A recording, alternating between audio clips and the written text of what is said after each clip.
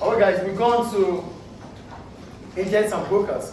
For agents and brokers, they are part of the distribution channel. But who's an agent or a broker? An agent is that middleman between the producer and the consumer. So we call them the intermediary. They are the middlemen between the owner, the producer of the good and the consumer of the good. That's why we call them agents. Businesses use agents mostly. Stop right there, please. Businesses use agents mostly when they have to break into international markets. Because these agents, they know more about the market, which is still new to the business itself. So when you have to break into the market, you can use agents. Because agents understand how the market works. They'll be the one to sell for you. Do you understand what an agent is here? An agent is a middleman or an intermediary.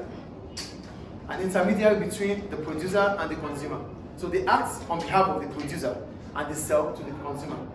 Is an agent clear? Any question about the agent? So we're going to choosing the appropriate channel of distribution. All the channels of distribution are available to businesses, but you need to choose the right one at any point in time. So what are the factors that determine how you choose the right or the appropriate channel of distribution? The first one, the nature of the product. Different types of products may need different distribution channels. For example, services. For services, you might not need intermediary. You might need a one-on-one, so which means you need a direct selling. Do you understand services here? Do you get services here? Like teaching, it's direct. So you might go to the bank. If you have to deal with the banks, it's direct. So you don't need distribution channels for that. Is it clear? Some perishable goods, you cannot pass them to producers or from wholesalers to retailers. So the nature, the type of product you are selling or the type of service you are rendering will determine the kind of distribution channel you use. Do you understand the first one there? Do you understand, please? The second one is the cost. Businesses will normally choose the most cost-effective channel. So businesses may decide to sell directly to customers to avoid sharing the profit. So as a business, you have to be efficient. And whatever decision you're making, those decisions must be cost-effective. So if you think using selling to wholesalers before you sell, selling to wholesalers instead of customers will allow you to make more profit, you do it. But most of the time, when you sell to intermediaries, you have to share the profits. Like I told you earlier, if as a producer, you need to give your products to a wholesaler. You're not going to sell, you have to sell at a lower price to the wholesaler. The wholesaler has to put certain amount of it on it before it sells to the retailer and to the retailer to the consumer. So this profit will be shared among them. Do you understand the point? So the right channel is about how cost effective is the channel about. So if you think as a business, selling directly to customers will allow you to make more profit, you do. So most of the time, businesses would want to sell directly to customers because it allows them not to share profit with intermediaries. Is it clear? The third one, the market. Is it a mass market or a niche market?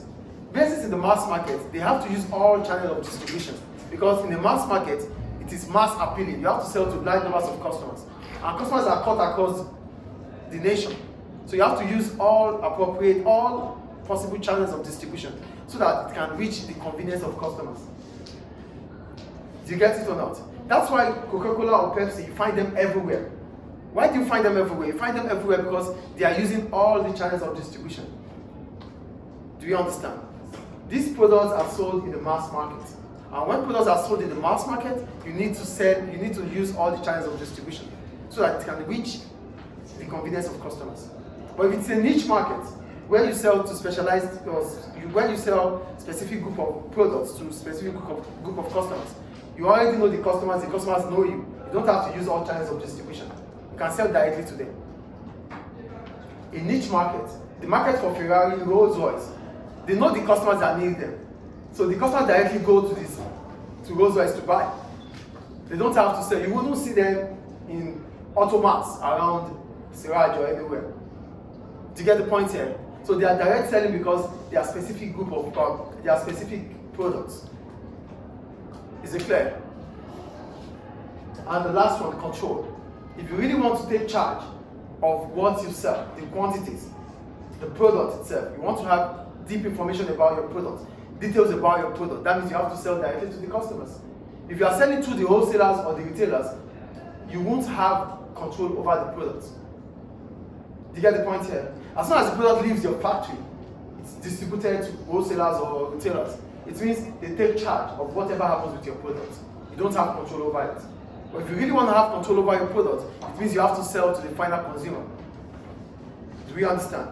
So these are ways in which to choose, or these are the factors that decide the appropriateness of distribution channel. Any questions about it? Clear, right? Thank you. So we stop here.